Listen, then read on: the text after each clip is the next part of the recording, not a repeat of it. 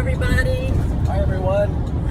We're in the van, in Pearl the van. We're underway in Indiana on Highway 31, headed for Tennessee.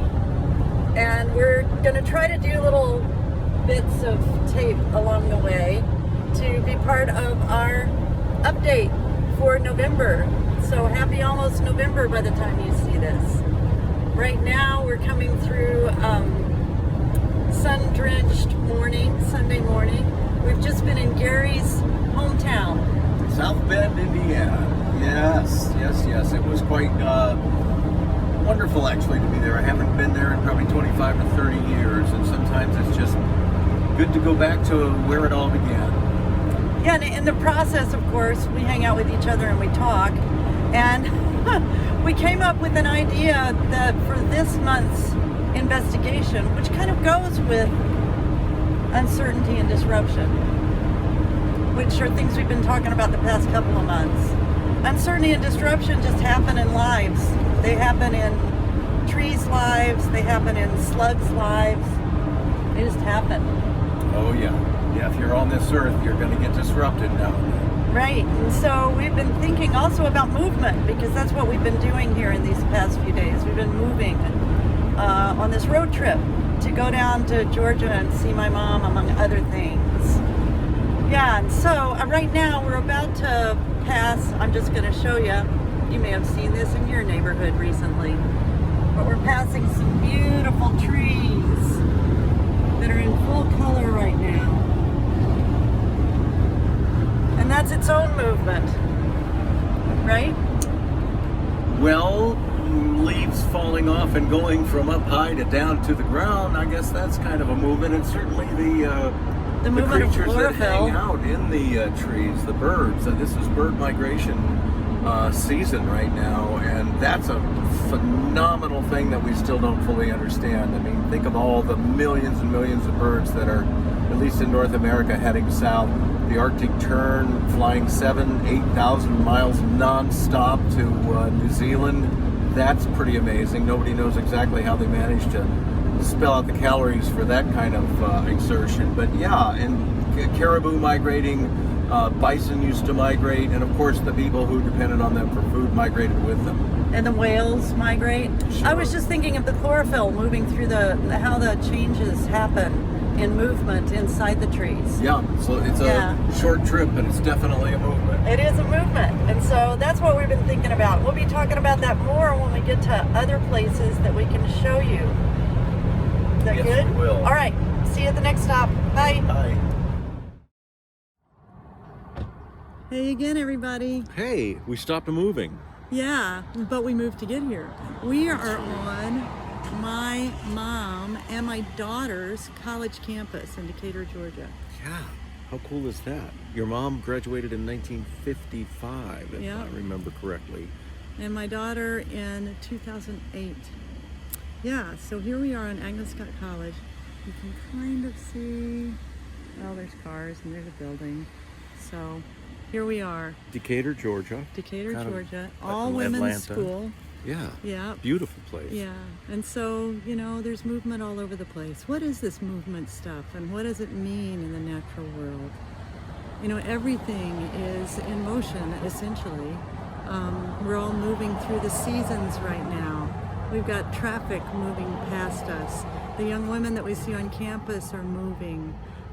We brought my mom over here for lunch today. All of us just moving. And that seems kind of trivial in some ways, but the reason we can move in significant part is because there are things that don't. For example, gravity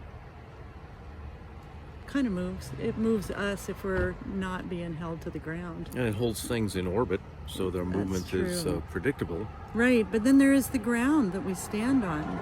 There are things in all the movement, there are constants that are necessary to make it so that we can continue to move. So I'm seeing that chlorophyll that you mentioned last clip, just starting to drain from the trees right here there in above us. southern Georgia, the broadleaf trees. And we mentioned bird migrations. Well, the birds are starting to pass through here on their way to the coastal plains of Georgia and beyond. And so fall and spring is a real strong time for movement, for Right. coming and going, even movement for chemicals in our bodies, readjustment for hormones and melatonin levels and all kinds of movements that are more subtle but have profound effects. And then in summer and in winter, the movement in summer is the growth of things, the growth of flowers, the growth of fruits and vegetables and grasses and leaves. And then in winter, the movement is way underground. But it is Yeah. some active business down there. Yeah, there's actually some trees that have essentially the equivalent of antifreeze going into their upper root structures to keep them from freezing and bursting. So there's movement of chemicals that other times a year you don't see. So it really is life is a constant movement, constant change, constant exchange, and rhythm of exchange. And here in fall, we really get to see it and appreciate it. Yeah, and especially when we're on a road trip. Especially when we're on a road trip. So we'll be back in touch with you at our next stop. Bye. Until then, bye-bye. Hey, everybody. Hi, everyone. Look where we are now. Is that the Atlantic Ocean? I think so. Man. Yeah, we're in Hilton Head, South Carolina, Hilton Head Island, about to visit with some of Gary's relatives that he hasn't seen in a long time. Yeah, about 30 years. Yeah. So that's been our fall migration, is to go from west to east, ending at the Atlantic shore. It's beautiful, and we're happy for this amazing weather that we've been able to enjoy. We'll try to take that back to us with us to Montana. Where it is snowing. It's snowing there. Yes. Yeah. But that's what it's supposed to do. So that's where we are. Yeah, so here we are, and of course with the movement thing, there's nothing like the ocean really, is there? Oh, yeah. And the way that it moves with the movement of the planet, the rotation of the planet, and really it moves in cooperation with the moon or in symphony with the moon. Yeah, the tide's out right now, but Yeah. that's all lunar driven, and the waves that are lapping at our bare feet Yeah. right now, It's that's wonderful. some movement. Of course, that's movement they're trying to and have in places harnessed for power generation in the face of a need to get more sustainable energy. So lots of movement in the ocean. Yeah, and then all of that movement is connected with the movement of our solar system, which is connected with the movement of the universe. And so this is how it is. You check it for yourself, how your movement is connected with the movement of all things.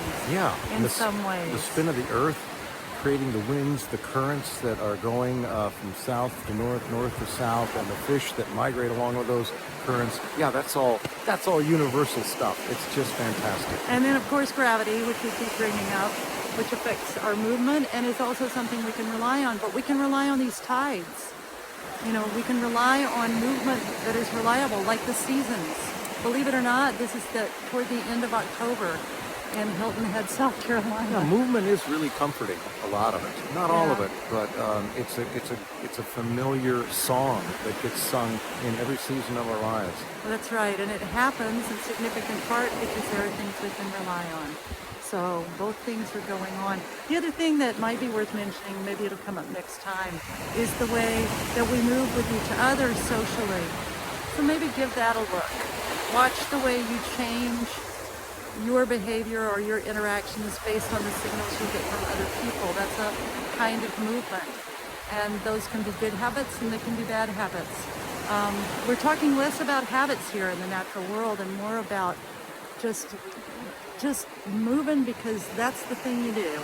And the social movement happening again on the sidewalks and in the streets post-COVID is really something to see and appreciate in a way I've not appreciated it in the past. Anyway, you don't know what you've got till it's gone, That's so right. it's nice to be back together again. Yeah, it's great to be out here. I haven't been on the Atlantic in a long, long time. Me either. Yeah. Yeah, It's we're going to great. savor it. Thanks So, for tuning in. Yeah, and we'll chat with you when we are a little farther west and north. All right, everybody. Take Till care. soon. Bye. Bye. Hey, everybody. Hi, everyone.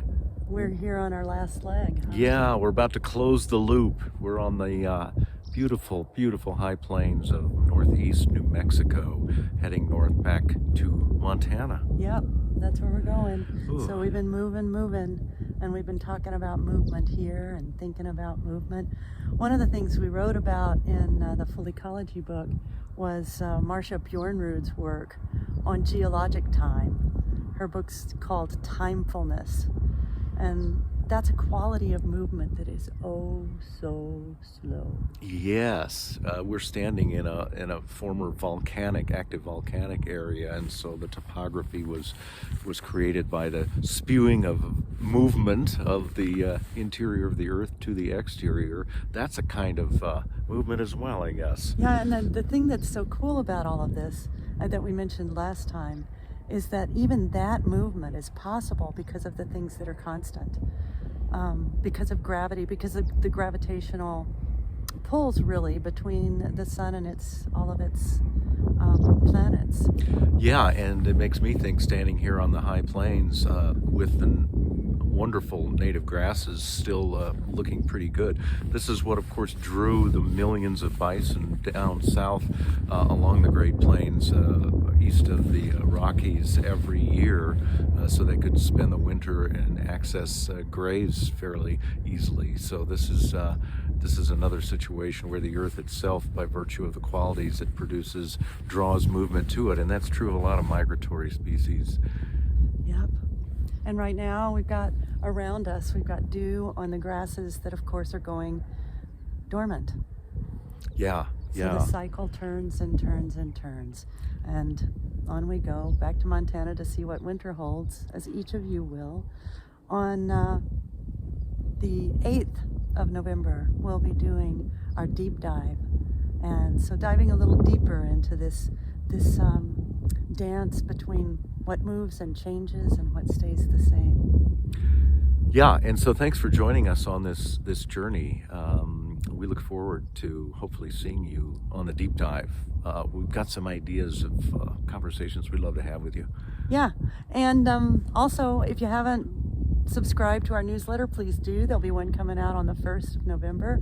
We've got these fabulous retreats coming up in June. Seems early to talk about that, but it's really not too early to plan. Back out in the Centennial Valley of southwestern Montana. Unspeakable beauty and a wonderful opportunity to give yourself 5 days. The first one is going to be a repeat of what we did last year, which is who are you now? Who are we now in all of this change and all of this movement? And the second one is a writing retreat for people who are ready to work on their craft, but also to be inspired by the natural world along the way. All around the summer solstice, which, right. Things are moving. That's going to come before you know it. Sure enough. All right. Well, we're at connect@fullecology.com. Write us email, or at www.fullecology.com. Good to see ya. Have a good November. Yeah. We'll see you next month. Be well. Thanks. Bye. Bye.